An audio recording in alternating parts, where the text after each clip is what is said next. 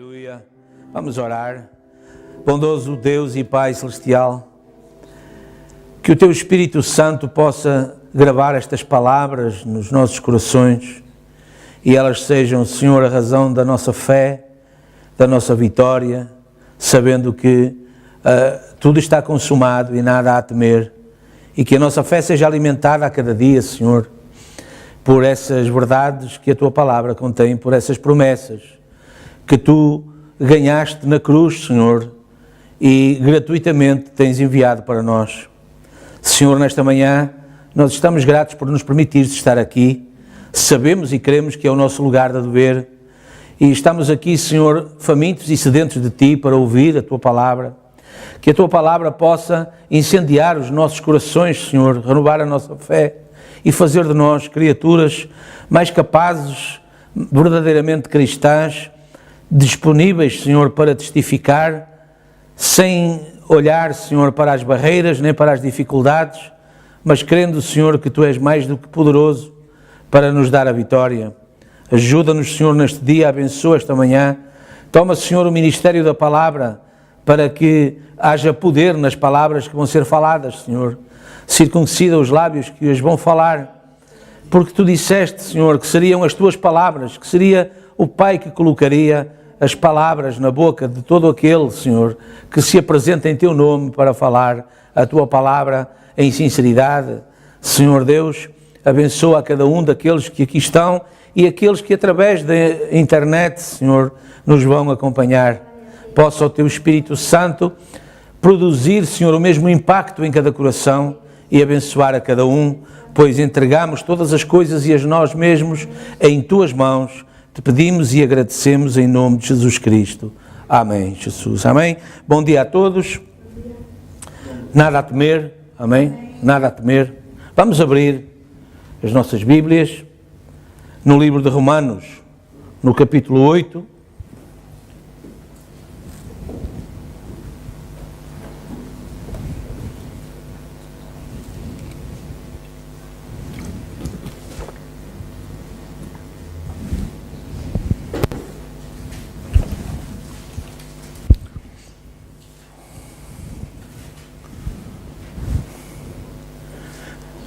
Tem aí um PowerPoint, se puder ser aberto. Obrigado.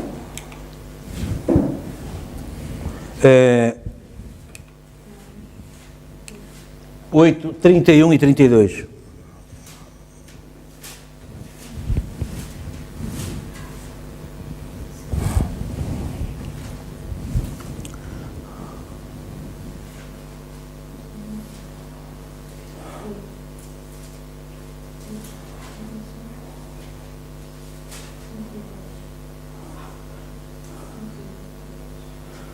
Romanos 8, 31 e 32. Vamos ler.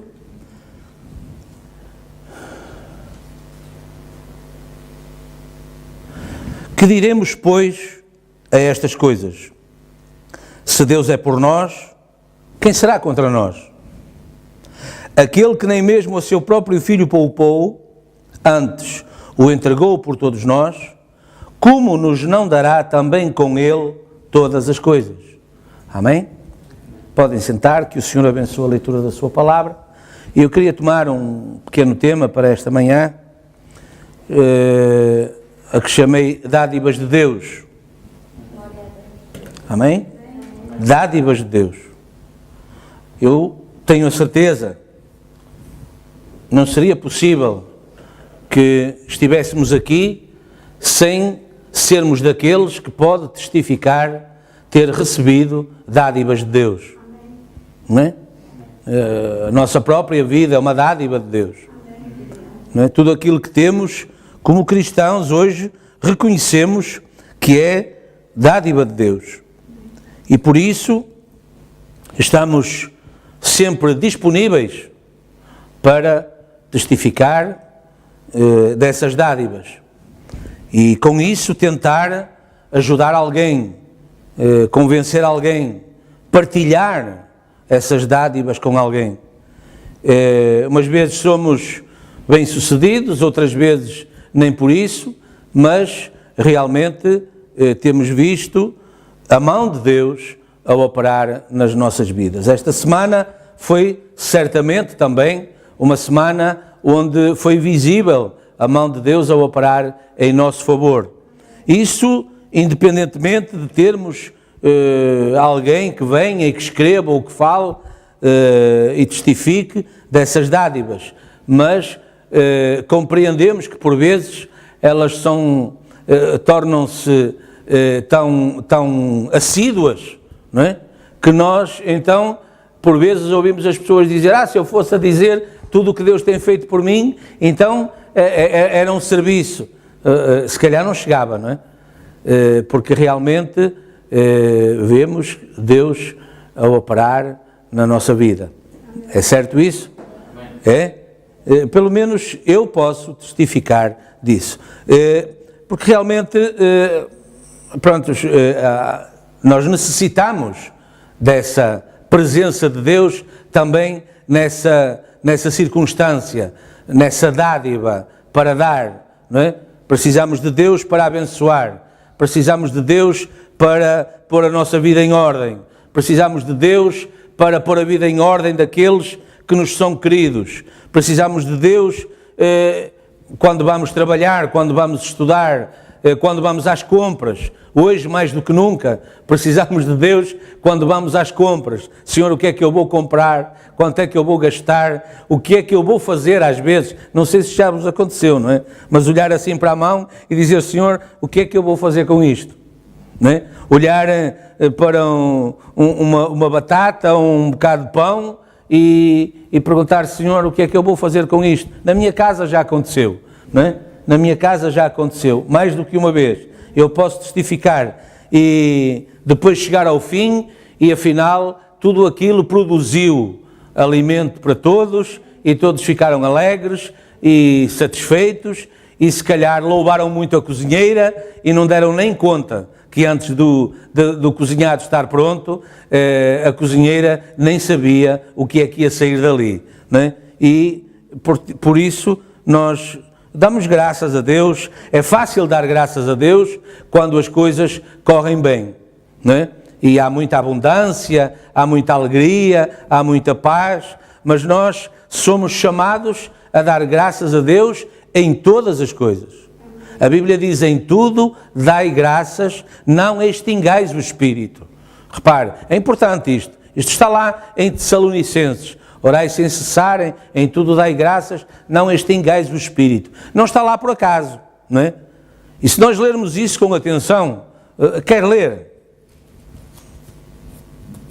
Ora, abra comigo um pouquinho mais à frente. Que estas coisas são importantes que estejam um pouco mais à frente. 1 Tessalonicenses, capítulo 5.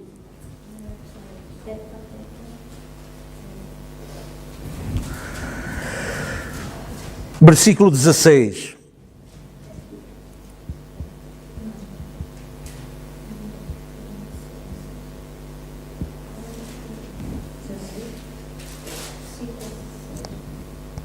Regozijai-vos sempre. Está a ver? A Bíblia não está a dizer que é só quando tudo corre bem. Estamos juntos. Alô? Igreja?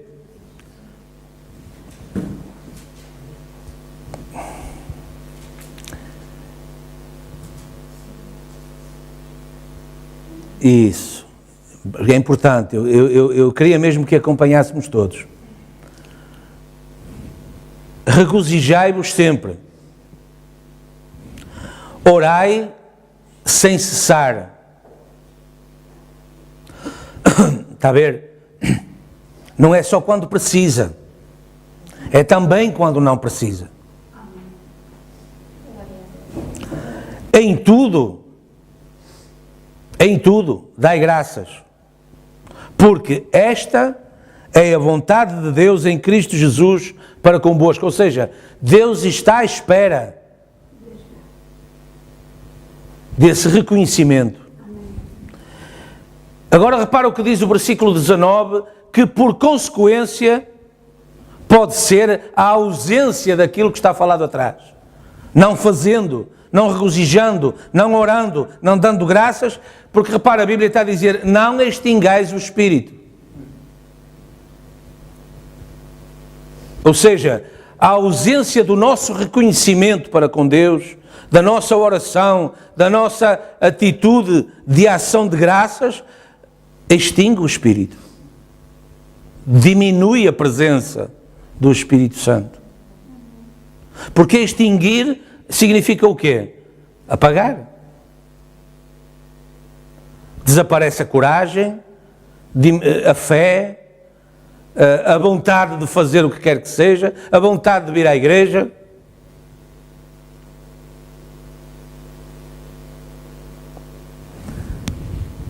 Não desprezeis as profecias.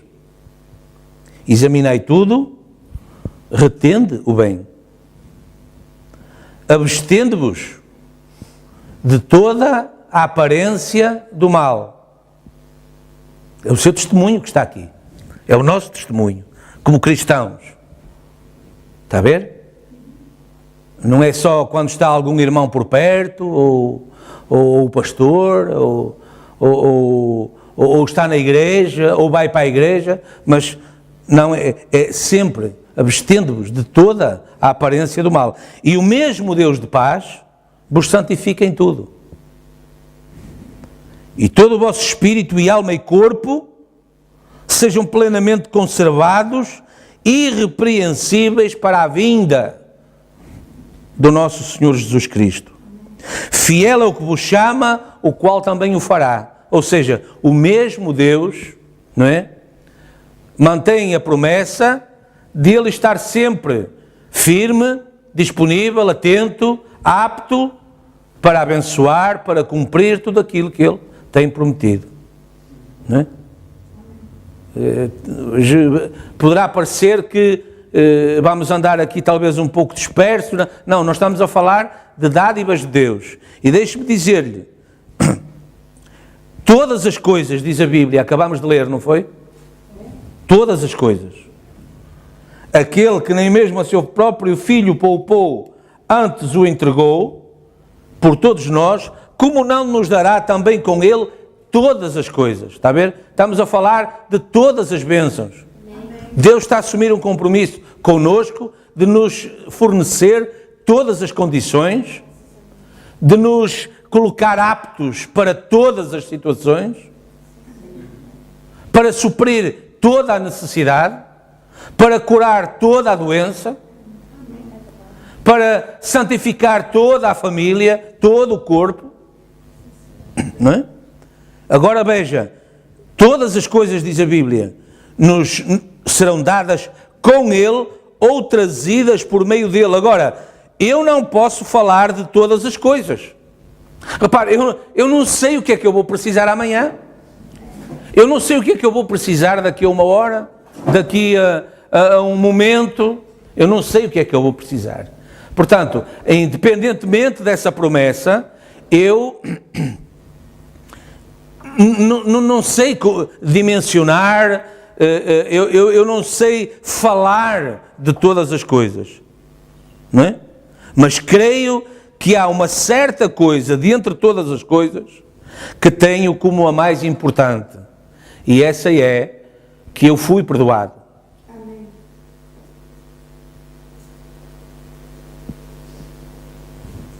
Não esqueça isso. Esse é certamente o maior troféu que nós poderemos exibir, que nos foi dado gratuitamente, e apesar de não podermos falar de todas as coisas, dimensioná-las, enumerá-las, nós podemos falar da mais importante, daquela que realmente foi o fundamento, a razão, não é? Através da qual Deus prometeu fazer tudo o resto. Mas Ele começou primeiro, teve que começar por aí. Ele teve que começar primeiro pelo perdão, que significa uma libertação de culpabilidade. Ou seja, a partir desse momento, Deus nunca mais viu culpa em nós. Está a ver? Ou seja, Não tentar escapar por uma qualquer psicologia ou outra forma, mas sim ser perdoado. É disso que estamos a falar, é isso que foi feito, é isso que está em causa. E isso significa que tudo foi esquecido. Tudo foi esquecido. Você diz, sim, mas eu não sei o que é que eu vou fazer amanhã, não é? Mas Deus sabe. Deus já sabe tudo o que nós fizemos. E Deus já perdoou tudo o que nós fizemos.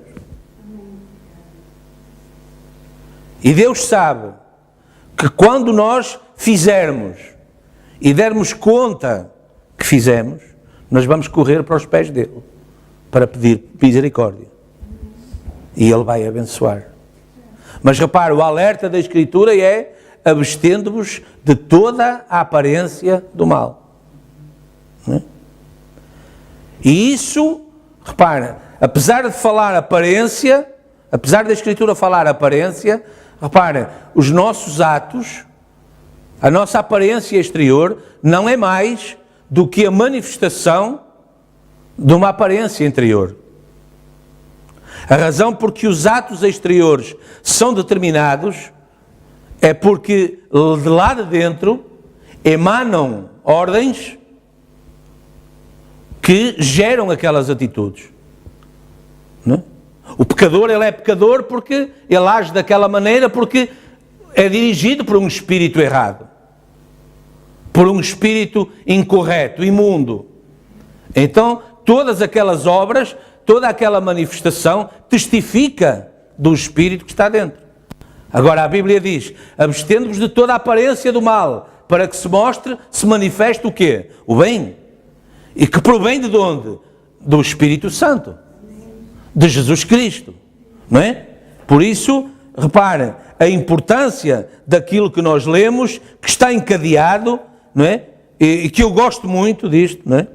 Esta porção da Escritura: regozijai-vos sempre. É um segredo, é um mistério. É um mistério.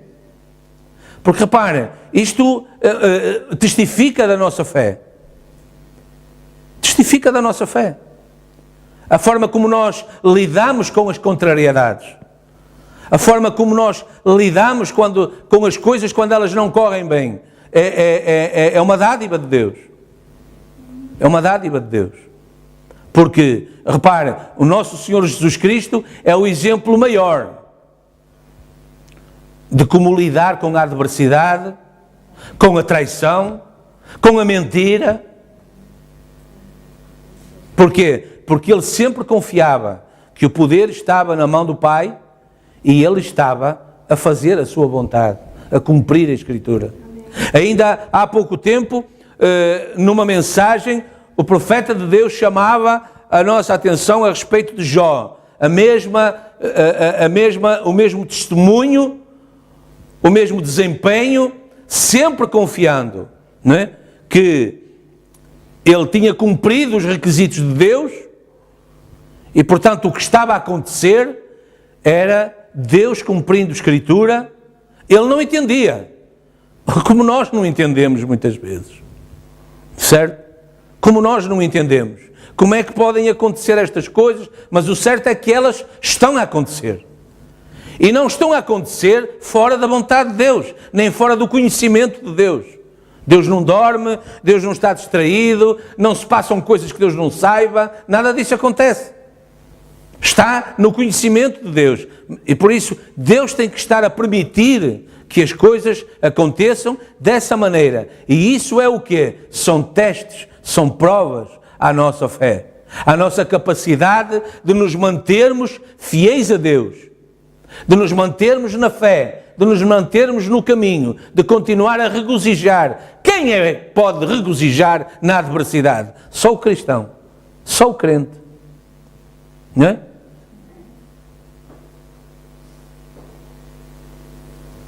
Porque é algo, é uma característica que provém, não é, do reconhecimento que Deus é Deus, sabe todas as coisas, tem poder sobre todo o poder e, portanto, Ele está em controle, Ele sabe o que está a acontecer.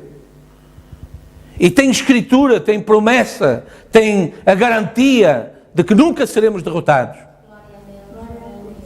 O Deus a quem nós servimos é um Deus de vitória, não é um Deus de derrotados, não é um Deus de miseráveis, não é um Deus de falhados. Amém. Porquê? Porque Ele venceu o último inimigo que havia para vencer. Então não há mais nenhuma vitória. Até a vitória já está completamente consumada. Ele a tomou em sua mão e Ele nos a tem dado. Cada uma das nossas vitórias é uma parte, é uma gota dessa vitória suprema que Jesus alcançou lá no Calvário. Amém? Por isso, essa advertência, regozijai-vos sempre, orai sem cessar, em tudo dai graças. Repare, é a revelação de um mistério. É a revelação, é a identificação do canal de Deus para abençoar. É o segredo para alcançar a vitória. Repare, como ficará o nosso inimigo quando, julgando que tem a vitória sobre nós, nos encara com este espírito, com esta identidade, não é? Em regozijo, em oração, dando graças. Não é? Vai ficar desconcertado, não vai saber o que pensar. Por isso chamam todos os nomes e colocam toda a conotação e colocam todo o rótulo que querem colocar. Porquê? Porque não sabem qual é a verdadeira razão de tudo isso. Mas a verdadeira razão está aí. É uma fé perfeita no Deus perfeito.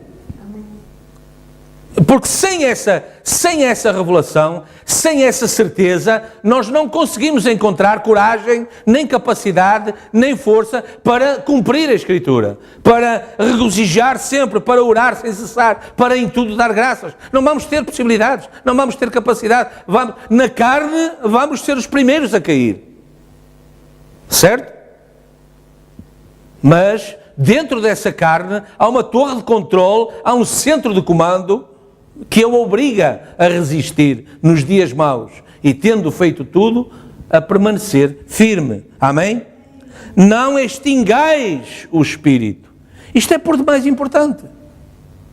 Isto é por demais importante. Ou seja, há uma atitude, não é, do cristão que pode promover esta situação, extinguir o Espírito. Porquê que acha que Satanás luta contra o crente? Porquê que acha que Satanás persegue e gira em derredor, bramando como um leão, buscando a quem possa tragar, em busca da extinção desse Espírito? Porque enquanto o Espírito Santo está em pleno dentro do crente, Satanás não tem como lhe tocar. Não tem como exercer autoridade. Ele pode dispersar os amigos, ele pode desviar tudo e todos, ele pode usar de todo o seu poder sobre todo o bem material, sobre todo o... Mas no próprio, não é? No próprio ele não pode tocar. Não é? Ele pode tentar à volta criar todo um cenário, não é? Criar todo um cenário de derrota, de perseguição, de doença, de morte, não é? Basta passar à porta de um cemitério. O cenário está aí. Agora, o cristão passa lá e ele dá graças a Deus pelo poder da ressurreição.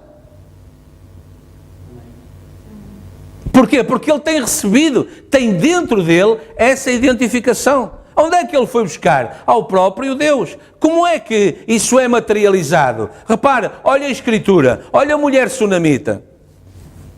Olha a mulher sunamita. Ela era uma mulher que não tinha filhos. E filhos representam dádiva de vida. Mas um dia ela encontrou isso quando ela encontrou o homem de Deus. Não é? Mas olha o que fez Satanás. Foi e tirou a vida desse menino. E onde é que ela foi buscar a ressurreição? Onde ela, à fonte da vida que ela conhecia. não é? E como é que ela faz pelo caminho? Vai tudo bem contigo, vai tudo bem com teu filho, vai tudo bem com teu marido, vai tudo bem. Orai sem cessar, não extingueis o espírito, regozijai-vos sempre, em tudo dai graças. Ela sabia, ela conheceu a fonte da vida. Quando a morte esteve presente, ela voltou à fonte da vida e a ressurreição aconteceu. Amém. O homem de Deus, o representante de Deus, a mensagem da hora, não é? A manifestação do Filho do Homem, porque o Filho do Homem é o ministério profético, não é? Deus chamou a Ezequiel filho do homem. Não é? Então, essa manifestação estava lá. Tinha sido identificado para ela. Depois dessa identificação, depois dessa revelação, ela não esqueceu mais. Portanto, não adiantou falar com este, com aquele ou com aquele mais. Ela tinha primeiro que resolver o problema. Ela nem sequer ao marido, ela disse um dia. Ela disse assim, olha, eu vou sair, eu estou a pedir a tua permissão, eu vou ao Carmelo, eu vou ao homem de Deus. Ele disse, mas ao homem de Deus hoje, isto não é nem o dia, não há serviço hoje lá, o homem de Deus daqui a pouco passará por aqui, para que a urgência? Mas ela nem lhe disse nada. Repara, um pouco como Abraão com Sara, disse que ia com o moço ao monte a orar, mas eles voltariam. Ele não lhe disse o que é que ia fazer. A sunamita não disse ao marido, olha, o moço morreu e eu vou ver-te, e eu vou prantear, e eu vou chorar. Repare, nada disso aconteceu. Ela tinha uma experiência, ela sabia, ela conheceu a fonte da vida e, portanto, quando a morte esteve presente, ela sabia o que ela tinha que fazer. Ela tinha que voltar à fonte da vida. Porque a fonte da vida não se extingue. Só em Deus há a eternidade. Não é? E a eternidade é a permanência da vida. Então ela foi lá à fonte. E isso levou Deus, não é, a se manifestar a si mesmo, a se cumprir a si mesmo. E o milagre aconteceu. O homem de Deus trouxe-lhe a criança pela mão e a entregou de volta à sua mãe. Certo? A fonte da vida. De onde saiu vida uma vez, saiu vida segunda vez e sai vida às vezes que forem precisas. Não é? Agora, tem que haver em cada um de nós essa certeza, essa capacidade, essa garantia. E repare, essa garantia é alimentada, é cultivada. Como? Da forma como acabamos de ler. Regozijai-vos sempre. Orai sem cessar. Em tudo dai graças. Porque esta é a vontade de Deus. Está a ver? Em Cristo Jesus para convosco. Ou seja, Deus tem determinado uma forma, um caminho pelo qual teremos que andar para chegar a Deus. E esse caminho o próprio Jesus disse qual era. Era Ele mesmo. E Ele hoje é o quê? A palavra. Certo? Então está tudo aí. Está tudo aí. Colocado gratuitamente na nossa mão, na nossa língua, não é? Com alguém sempre que nos elucide, que nos explique, não é? Por isso Deus enviou um profeta. E uma mensagem. Não desprezeis as profecias, não extingais o Espírito. Não é? Que isto possa tocar bem fundo e gravar lá no nosso coração, porque nos vai ser, a cada dia que vai passando, nos vai ser mais necessário ter isto bem presente, mas de uma forma bem clara, de uma forma bem firme, como um alicerce, como uma dádiva de Deus. Amém? Como uma dádiva de Deus. Ao tentar escapar desse pecado, não é? Ao tentar escapar, poderíamos regressar à mesma situação, como quando os pecados eram apenas cobertos, não é? No Antigo Testamento os pecados eram cobertos pelo sangue do animal, mas hoje eles desapareceram completamente. Porquê? Porque o sangue de Deus substituiu o sangue do animal. Certo? Então hoje eles não estão cobertos, eles estão hoje completamente desaparecidos, lançados por Deus no mar do esquecimento para nunca mais serem recordados. Certo? Então essa é a maior dádiva que Deus nos poderia ter dado. A primeira decisão de Deus foi perdoar o homem através do sangue derramado. E desde então, esse tem sido o único lugar de Deus para companheirismo, para Deus se encontrar com o homem, certo? Só debaixo do sangue de Cristo. Esse é o único lugar onde Deus se pode encontrar com o pecador. É requerido o sacrifício do sangue para regressarmos ao companheirismo com Cristo. Daí que, no Evangelho de São João, no capítulo 3:16, a Bíblia tem escrito que Deus, né?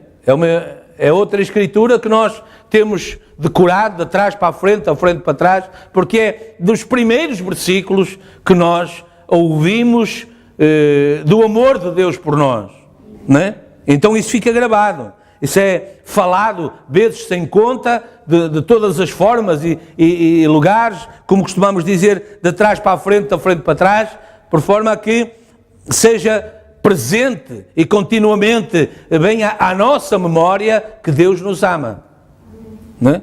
Às vezes não vem tanto à memória que nós amamos a Deus, mas vem à memória que Deus nos ama. Deus amou o mundo de tal maneira que deu o seu Filho unigênito. Deu. Repare. O que é que Deus considerou acerca de Abraão? Que ele lhe desse uma prova de amor. E essa prova de amor foi ele entregar o seu filho. O seu primogênito.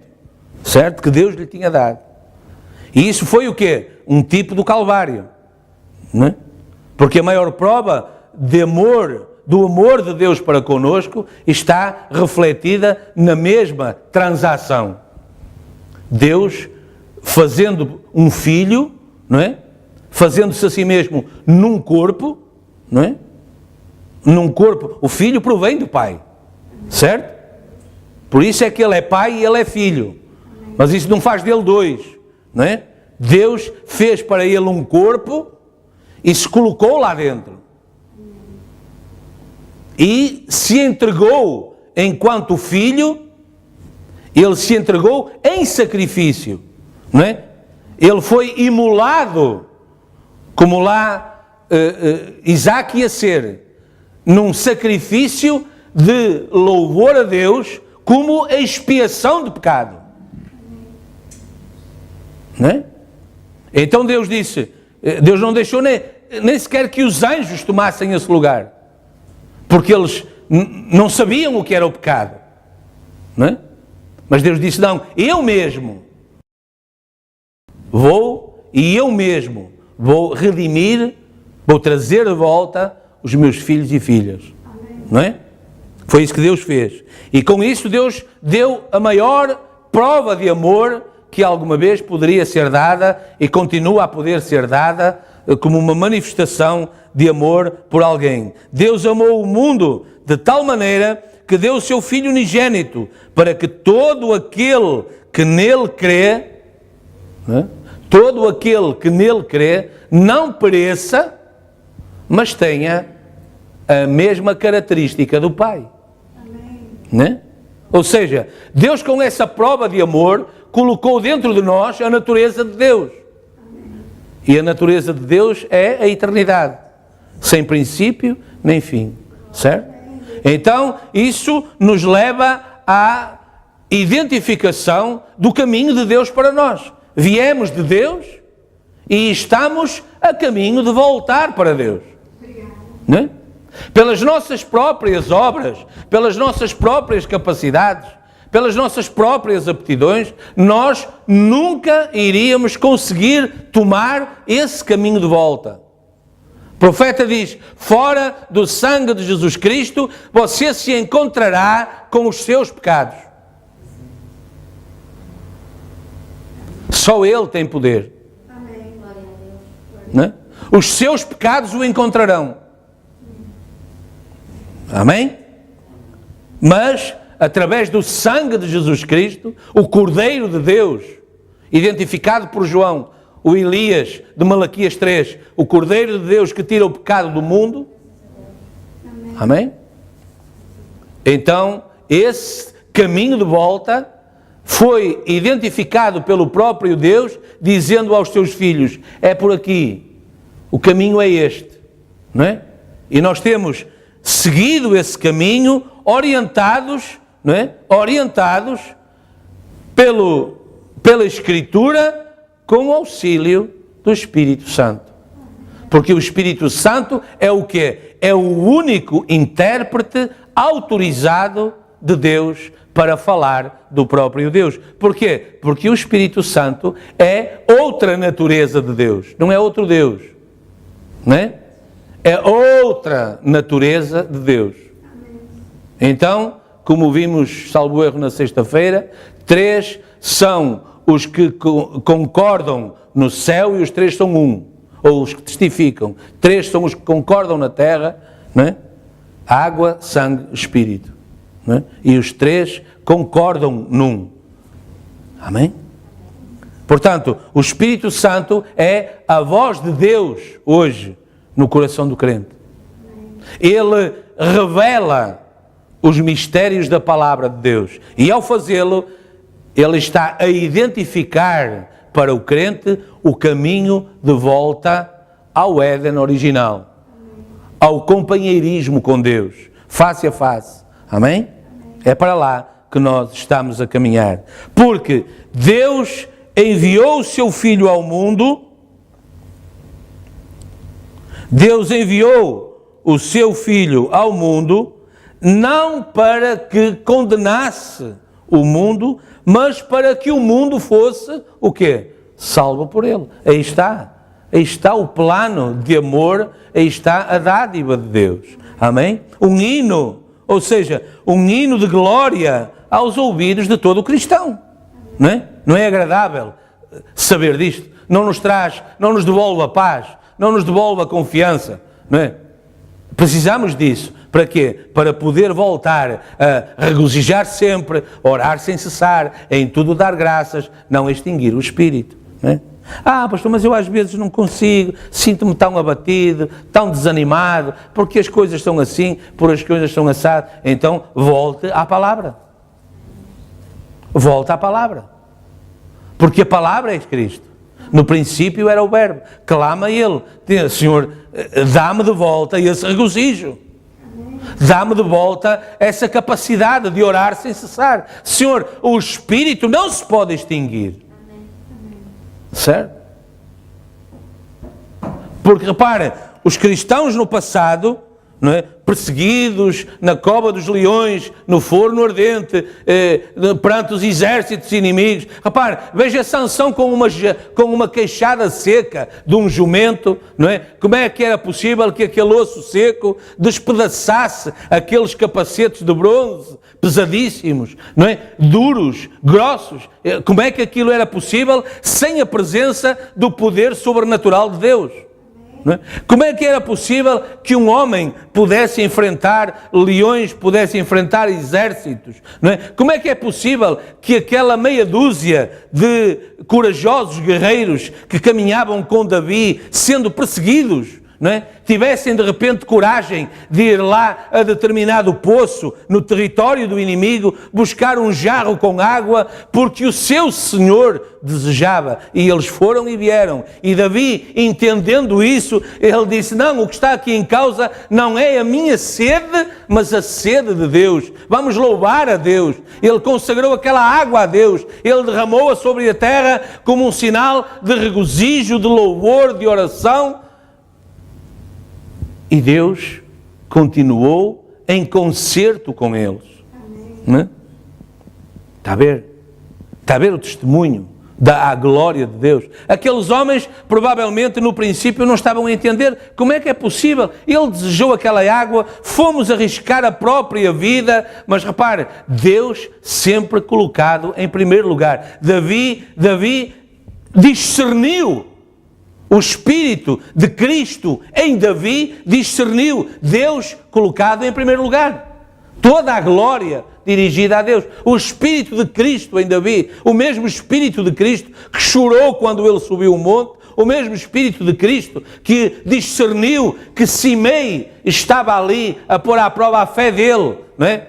Quando ele começou a cuspir, quando ele começou a insultá-lo, a ultrajá-lo, e um daqueles homens disse: então eu deixarei que a cabeça deste cão continue no sítio, com ele a fazer isto, a escarnecer do meu Senhor. Davi disse: não, deixa, porque Deus o mandou agir assim. Repare, uma sujeição total, uma submissão total. Para quê? Porquê? Porque nós mesmos temos que ser uma dádiva para Deus. Se calhar nunca pensamos nisso assim. Aliás, parece que estamos assim um bocado cabisbaixos, um bocado pensativos. Mas repare, o que se trata é que nós mesmos somos uma dádiva para Deus. Uma dádiva de amor para Deus. Porque Deus nos amou primeiro. E porque Deus Ele mesmo se tem dedicado a abençoar-nos com todas as dádivas que há no céu. Sendo a maior o resgate da nossa vida. Amém? Todo aquele que alguma vez queira ter companheirismo com Deus tem que reconhecer o sangue de Jesus Cristo, sabendo que Ele morreu para fazer a propiciação pelos nossos pecados, para abrir um caminho que leva de novo ao companheirismo com Deus. Repare, quando nascemos tendo em companheirismo com Deus? Não. Certo? Não. Reconhecidos por Deus? Sim. Mas em companheirismo com Deus, não. A Bíblia diz isso. Não é? Fomos concebidos em iniquidade, nascemos em pecado, a falar mentira. Deus não tem companheirismo com essa condição. Não é? Por isso foi preciso nascer de novo, ser batizado corretamente, receber no coração a revelação da Escritura. Portanto, todo um processo para nos trazer aonde? De volta a Deus. E hoje, será que as igrejas estão em companheirismo com Deus? Se elas receberam a mensagem da hora, sim. Se não receberam, não. É claro isso para nós, hoje, já. Espero que seja. Porque durante muito tempo eu tive que ouvir, não é? E que tive que perceber que no nosso meio ainda havia algum sentimento de que éramos todos irmãos. E que tanto valia adorar aqui, como ou ouvir a palavra aqui, como noutra igreja qualquer, como noutro lugar qualquer, fosse a igreja que fosse, porque Deus é bom, estava em todo lugar. Até que lentamente o Espírito Santo foi trazendo ao nosso entendimento a diferença entre Moisés e Balaão. Não é? Entre a mensagem da hora e a mensagem denominada, não é? A mensagem denominada. E a mensagem denominada é exatamente aquela que acha que todos estão de acordo e Deus está de acordo com tudo e tudo é permitido e tudo é válido e Deus fala igual em todo lugar. Então Deus não precisava de enviar um profeta. Mas Deus precisou de enviar um profeta. E precisou de o enviar ao redor do mundo a todas as igrejas. Para que houvesse aquelas que o aceitaram e aquelas que o rejeitaram. Não é? E aí voltou a estar presente o testemunho de Samuel, quando Deus lhe disse: não foi a ti quem te rejeitaram, mas é a mim quem estão a rejeitar. Certo? Portanto, a mensagem, a rejeição ao mensageiro não é a rejeição à mensagem não é a rejeição ao mensageiro, é a rejeição ao próprio Deus. Não é? E por isso, nós vemos, por exemplo, a condição da América, a forma como a América tem vindo a perder influência, a forma como a América tem vindo a perder protagonismo. Porquê? Porque, salvo erro, por volta de 1956, a América rejeitou a mensagem. Quando a América rejeitou o mensageiro, a América rejeitou a mensagem. E o próprio mensageiro proclamou à América que ela estava a rejeitar a dádiva de Deus para ela. Certo? E na mesma altura em que isso estava a acontecer na América, a África estava faminta de receber o profeta. Enquanto as igrejas na América se esvaziavam para ouvir o profeta, os campos de futebol, as planícies, não é?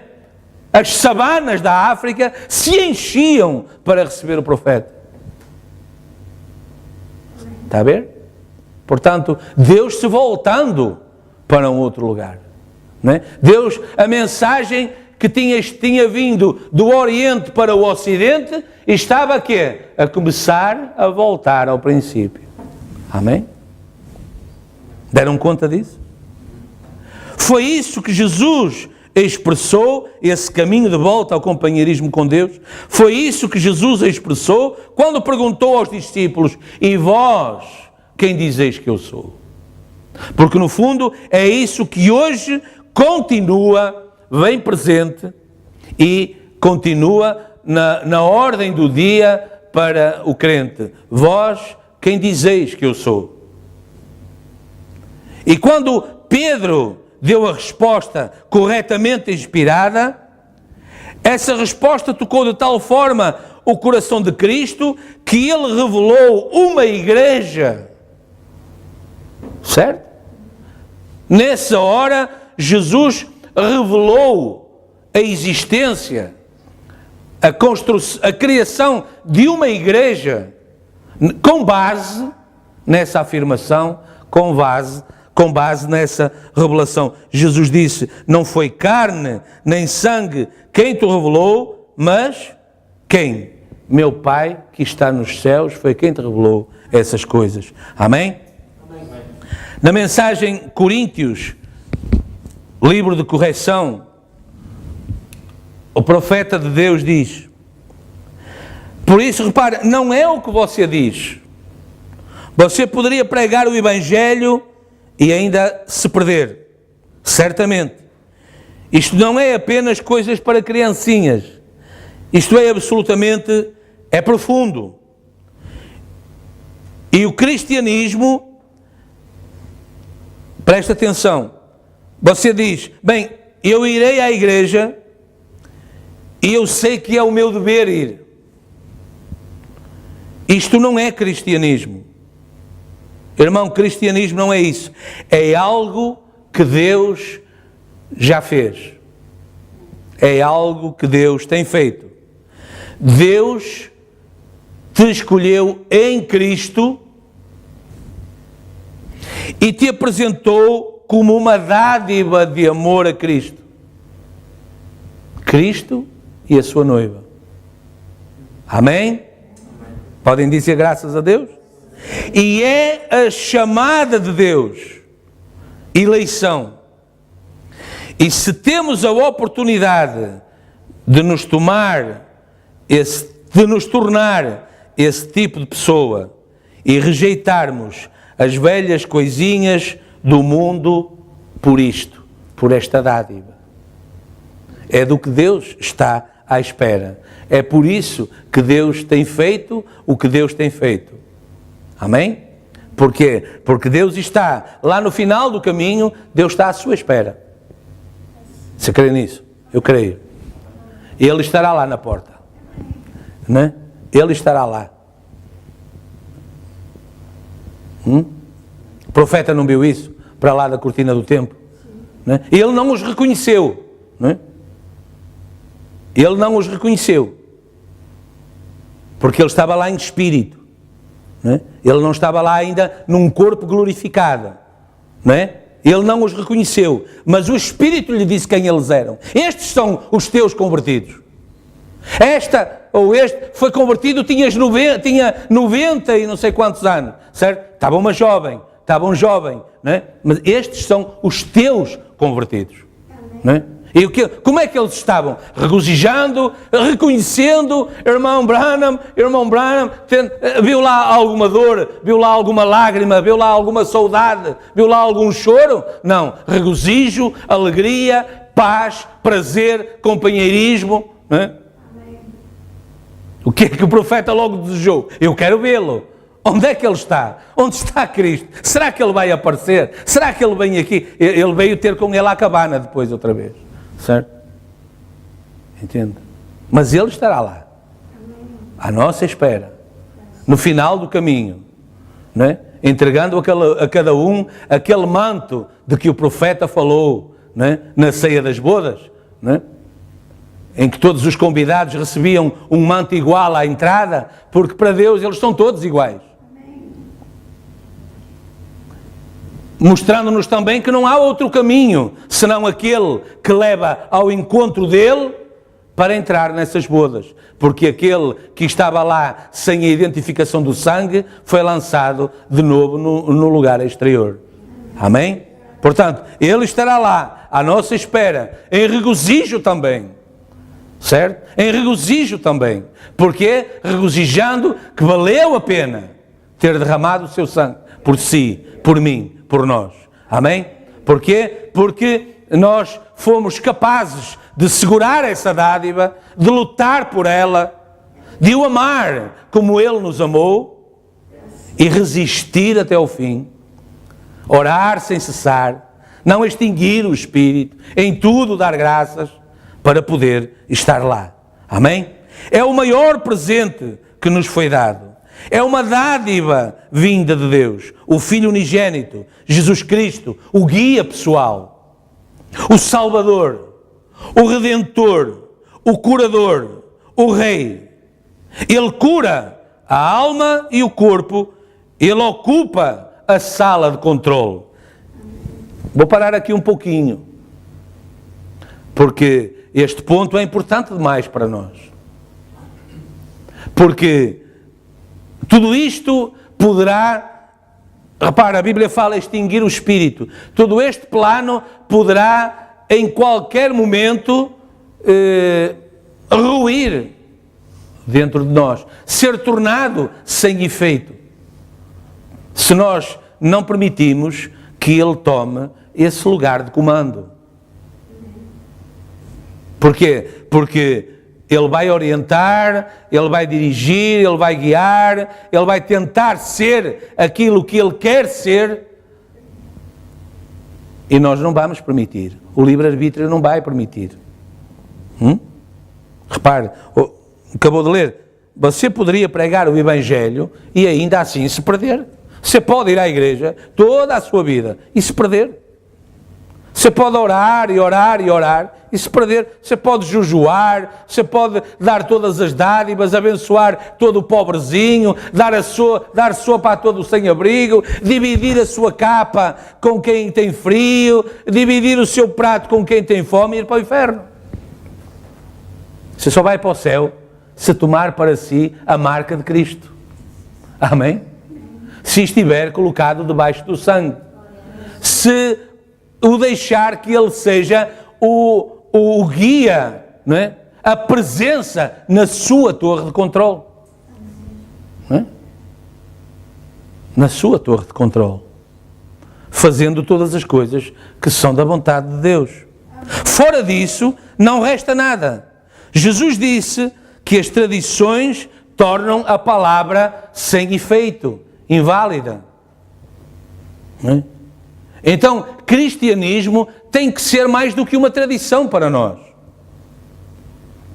Repare, nós ouvimos as pessoas dizer, eu sou batista, eu sou metodista, eu sou católico, foi a religião que me foi passada pelos meus pais, pelos meus avós, pelos meus ancestrais, eles eram, eu fui educado assim, eles eram muito bons. Repare, a tradição está a tornar a mensagem da hora hoje sem nenhum efeito na vida dessas pessoas, por isso elas permanecem paradas lá atrás, numa luz que já não ilumina, numa mensagem que hoje já não produz efeito.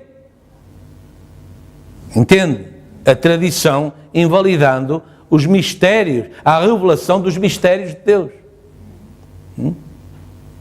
A vós vos é revelado estes mistérios, aos que estão de fora, estas coisas só se falam por parábolas. Porquê? Porque não é bom tirar o pão dos filhos e o dar aos cachorrinhos. Amém? Mas quando ele disse àquela mulher tudo sobre a sua vida, ela disse: vejo que és profeta. Algo tocou lá dentro, algo falou mais alto, não é? De repente se fez luz.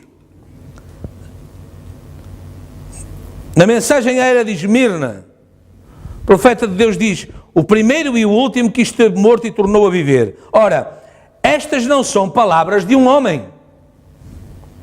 Um simples homem, se pudesse falar da sepultura, diria: eu sou o primeiro e o último que esteve vivo e agora está morto.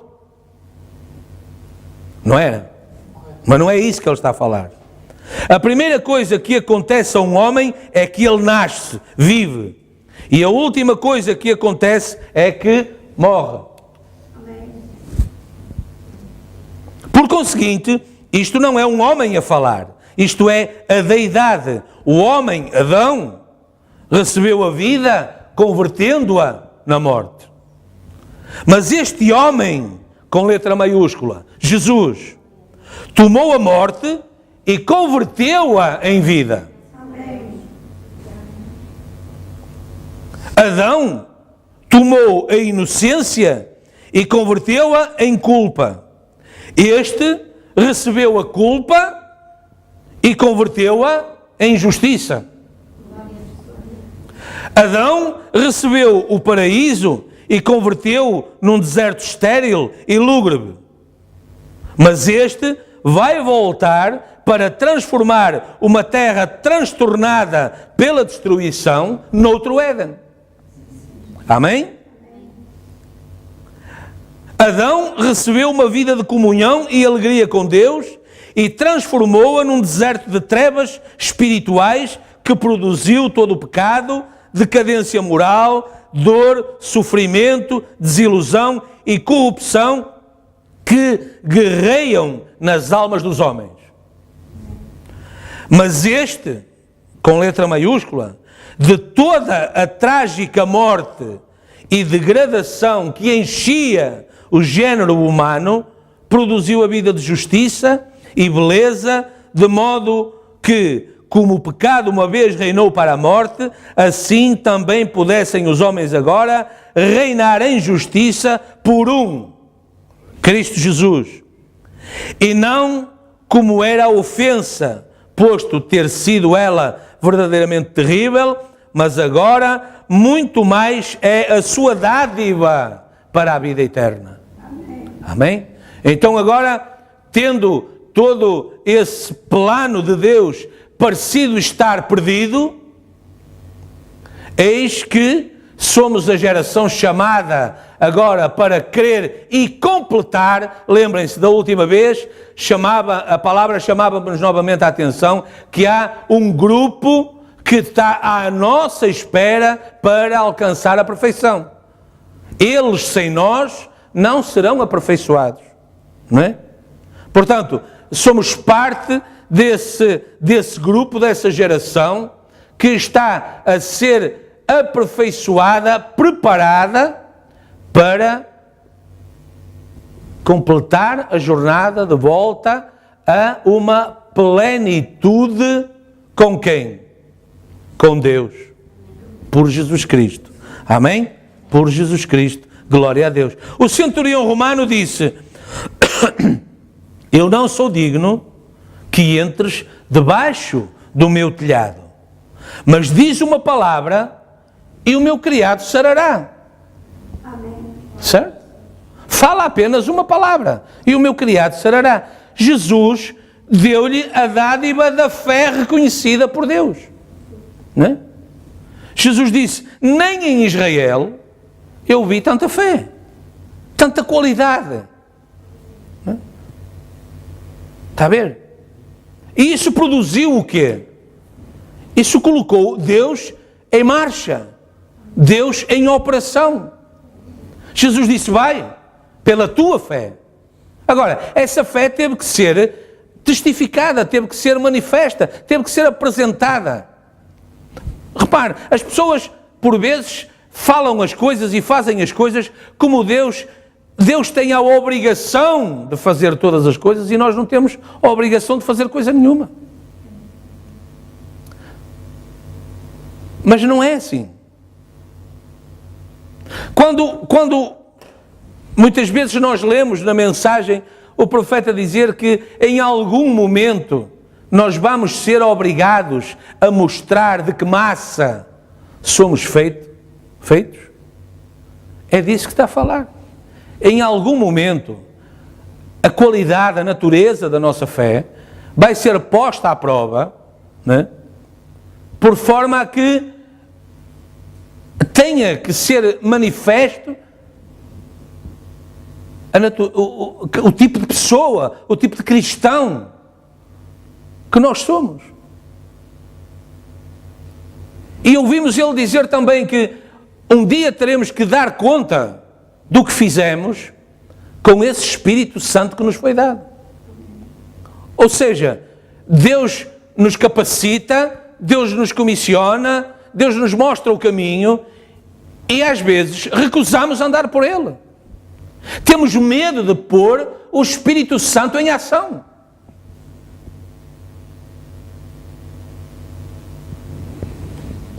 Será que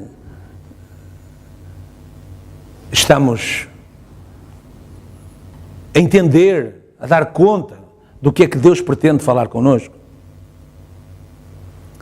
Deus nos comissiona para travar todos os combates. Porquê? Porque antecipadamente Deus já sabe qual é o combate que temos que travar. Jesus disse, o Filho não faz nada sem que antes lhe tenha sido revelado pelo Pai. Certo? Portanto, Deus conhece cada passo do nosso caminho. Deus sabe o que é que em todo momento do nosso caminho vai acontecer. E nós temos a garantia que já viemos ao mundo, e eu vou dizer isto com toda a convicção, nós temos a garantia que já viemos ao mundo capacitados para travar cada um desses combates e vencer. Você crê nisso? Então ponha em prática. Então ponha em prática. É disso que a Bíblia está a falar em Tessalonicenses.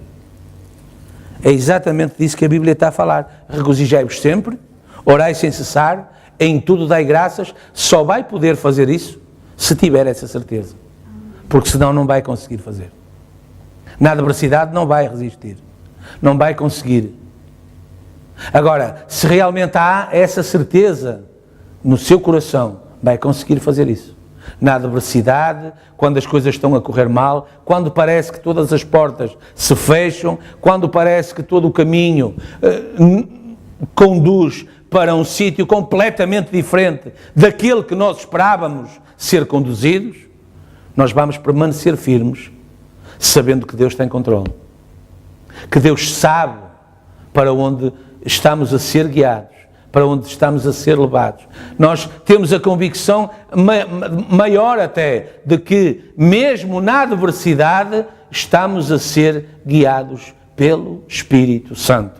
Amém. Foi essa a certeza que Sadraque, Mesaque e Abednego tiveram. E quando eles chegaram ao fundo do forno, quem estava lá à espera deles? O próprio Senhor Jesus Cristo. Foi essa a certeza que Daniel teve, quando o rei no dia seguinte veio perguntar, Daniel, será que o Deus a quem tu serves continuamente te livrou? Ele disse, o meu Deus a quem eu sirvo enviou o anjo que fechou a boca dos leões. Deus sabia que eles iam passar por ali, Deus sabia do que é que eles iam precisar, Deus proveu todas as ferramentas para que eles saíssem vitoriosos, perante os incrédulos, perante os acusadores, perante os inimigos, saíssem vitoriosos. nos seus combates. Acha que Deus ia fazer diferente consigo? Deus faz consigo, comigo, conosco, exatamente o que Deus tem feito ao longo de todas as dispensações, porque Ele é o mesmo Deus. Amém? Amém? A revelação de Jesus Cristo. Se a revelação está fora do seu alcance, então olhe para cima e peça a Deus. Essa é a única maneira pela qual você chegará a recebê-la. Carreguei aqui sem querer. Desculpem. Uma revelação tem que vir de Deus. Nunca vem pela via humana ou por dons humanos, mas por uma dádiva espiritual. Não é? Então peça a Deus. Uma revelação tem que vir de Deus. Você pode memorizar as Escrituras. E ainda que isso seja maravilhoso, isso não é a resposta. Não é? Tem a mecânica, mas falta a dinâmica. Não é? Tem a palavra, mas falta o Espírito para vivificar a palavra. E quando é que a palavra é vivificada? Quando ela se materializa na nossa vida.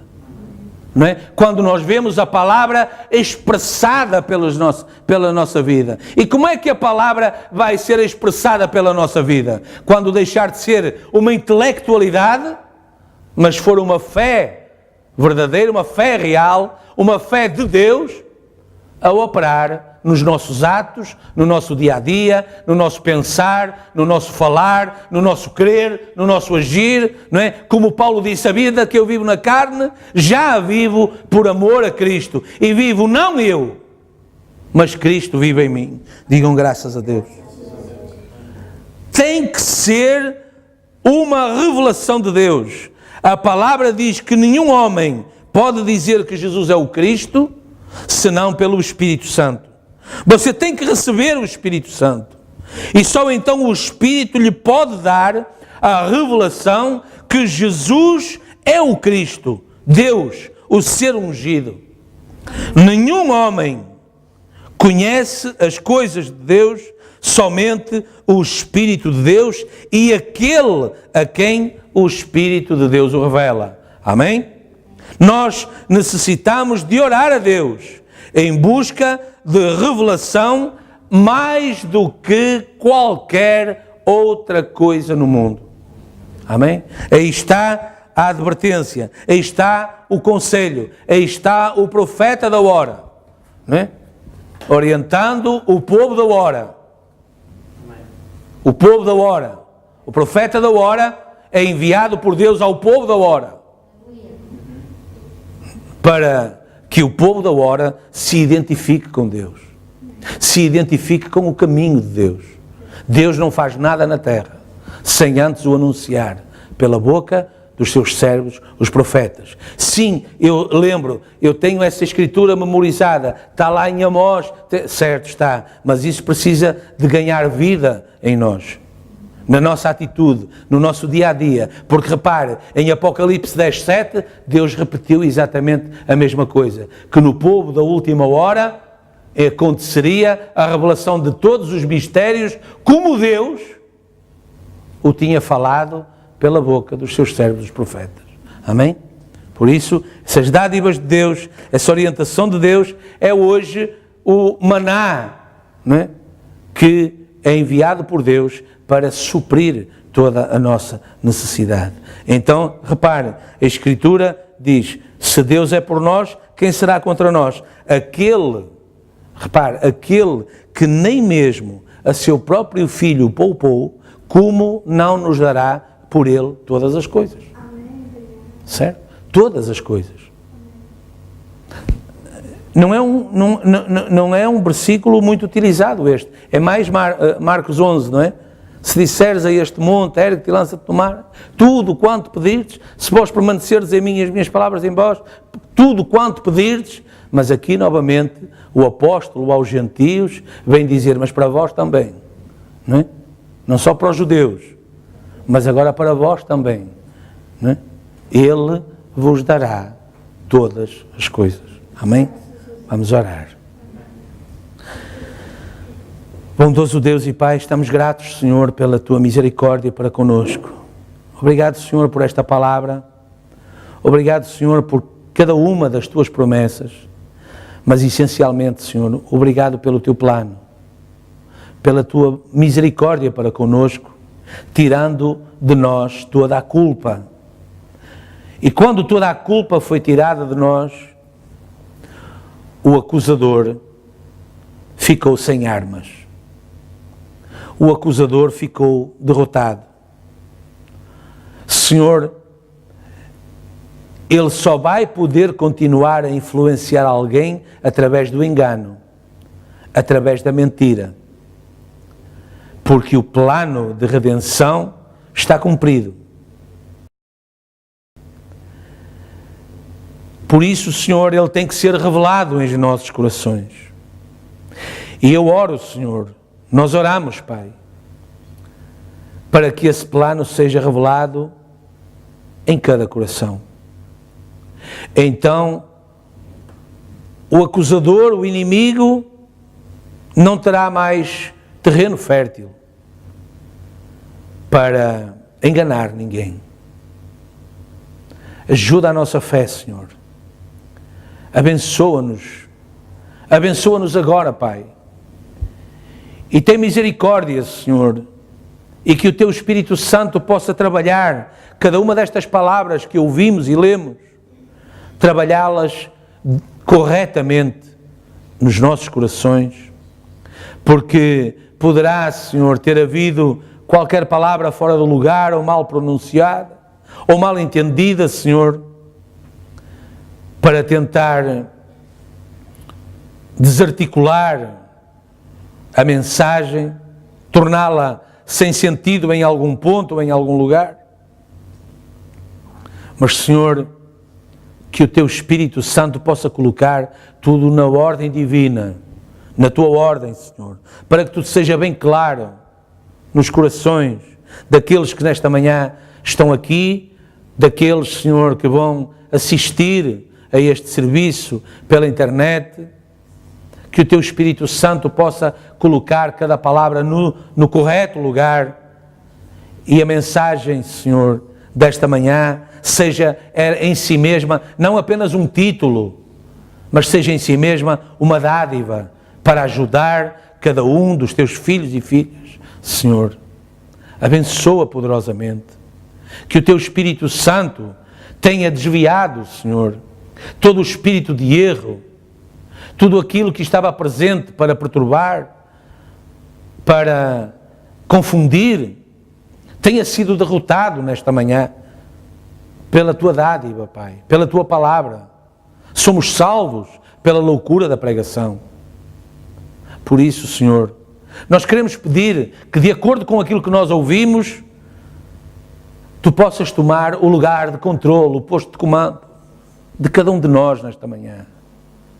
E as nossas vidas, Senhor, sejam recolocadas no caminho certo, na ordem divina, para a Tua glória, para que possamos, Senhor, com toda a facilidade, ou pelo menos com mais facilidade do que até aqui, cumprir a Escritura que hoje nos foi trazida, Senhor, de regozijar sempre, de orar sem cessar, de em tudo dar graças, não extinguir o Espírito, examinar tudo e guardar o bem, examinar e não desprezar, reter as profecias. E isso nos leva à mensagem da hora, à luz desta hora, à Tua palavra para este dia, ao Teu plano. Senhor, ajuda-nos, tem misericórdia de nós, compadece-te de cada um, abençoa, Pai, cada lar, cada família aqui representada. Senhor, nós queremos orar também pelos nossos irmãos, pela Igreja Noiva ao redor do mundo, pela porção da noiva ao redor do mundo. Queremos lembrar nesta manhã, em oração, o irmão Ron e o seu ministério, mas também, Senhor, a sua condição física, a sua capacidade para exercer esse ministério, que tem sido atacada, tem sido abalada. Senhor, ajuda esse irmão, ajuda a cada um, Senhor. Nós queremos, Senhor, orar pela preparação dessa viagem que está a ser programada para Angola, Pai, para, Senhor, esse trabalho de expansão da mensagem, para a implementação dessa plataforma da mensagem da hora online. Senhor, tudo isso é alimento para o teu corpo.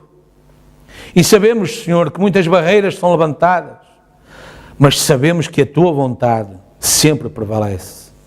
Por isso, Pai, dá coragem a esses irmãos e essas igrejas que estão, Senhor, que estão juntas nessa obra, uns de uma forma, outros de outra. Mas, Senhor, dá coragem, capacidade, aptidão a esses guerreiros da fé, Senhor, que caminharão no campo missionário, Senhor, para a glória do teu nome. Guarda-os, preserva-os, Senhor. E que essa viagem missionária seja um êxito. E que esse projeto de expansão, de distribuição desses livros, dessa mensagem, Senhor, seja um êxito.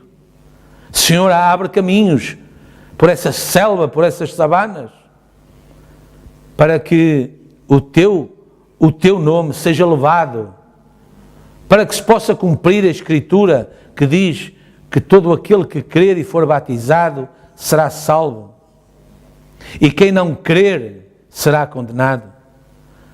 Senhor, mas a mensagem tem que chegar lá. Tu disseste que o Evangelho tinha que ser pregado a toda a criatura.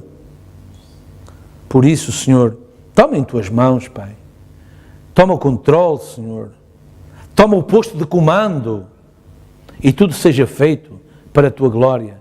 Abençoa, Senhor, todo o processo burocrático de pedido de vistos, de reservas de hotéis, de viagens. Senhor, toma o posto de comando e tudo seja feito para a tua glória. Abra as portas, Senhor. Derruba todos os muros, porque é para a tua glória, Pai. É para a glória do teu nome. Abençoa, Pai, esta fase final do ano letivo, estas provas que têm que ser prestadas, os exames, os pedidos de admissão. Senhor Deus, toma o posto de comando. Toma todo o controle, Senhor. Tudo seja feito para a tua glória. Toma em tuas mãos, Pai, cada lar, cada família aqui representada. Senhor, seu controle desses lares, dessas casas, Senhor. E todo aquele que está fora do lugar, que tem que ser o cabeça e não o é, Senhor, acorde dessa condição e se coloque no seu lugar de dever. Haja felicidade, haja paz, haja alegria nos lares. Senhor, haja sempre a provisão necessária. Senhor Deus, Tu és Jeová Jiré, Tu és o mesmo ontem, hoje e eternamente. Toma, Senhor, o posto de controle. Cada um de nós, Senhor, se negue a si mesmo e te siga e te dê a primazia.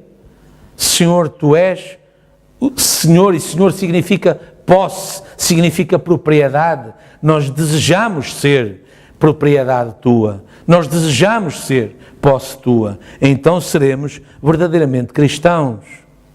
E Tu conheces os nossos corações, Senhor. Tu sabes o quanto somos sinceros na nossa oração. Ajuda-nos, Pai, para a Tua glória. Abençoa os santos ao redor do mundo, Pai. Lembra-te daqueles que nos têm ajudado e abençoado e orado, clamado a Ti em nosso favor. Senhor, nós oramos também em favor de cada um deles e pedimos, Pai, que galardoes, que abençoes e que livres de todo o mal. Senhor Deus, abençoa o resto deste dia. Entregamo-nos em Tuas mãos. Só Tu conheces o passo seguinte. Senhor, que cada um dos nossos passos seja guiado por Ti, seja para testificação do Teu Evangelho, da Tua glória, porque para isso vivemos hoje. Por amor do Teu nome, pedimos e agradecemos, em nome de Jesus Cristo. Amém, Jesus. Amém. Glória a Deus, Deus abençoe. Estamos alegres. Amém. Sentimos-nos abençoados. Amém. Sentimos-nos abençoados. Que o Senhor nos abençoe então, enquanto nos despedimos agora e queremos cantar. Podem voltar os músicos.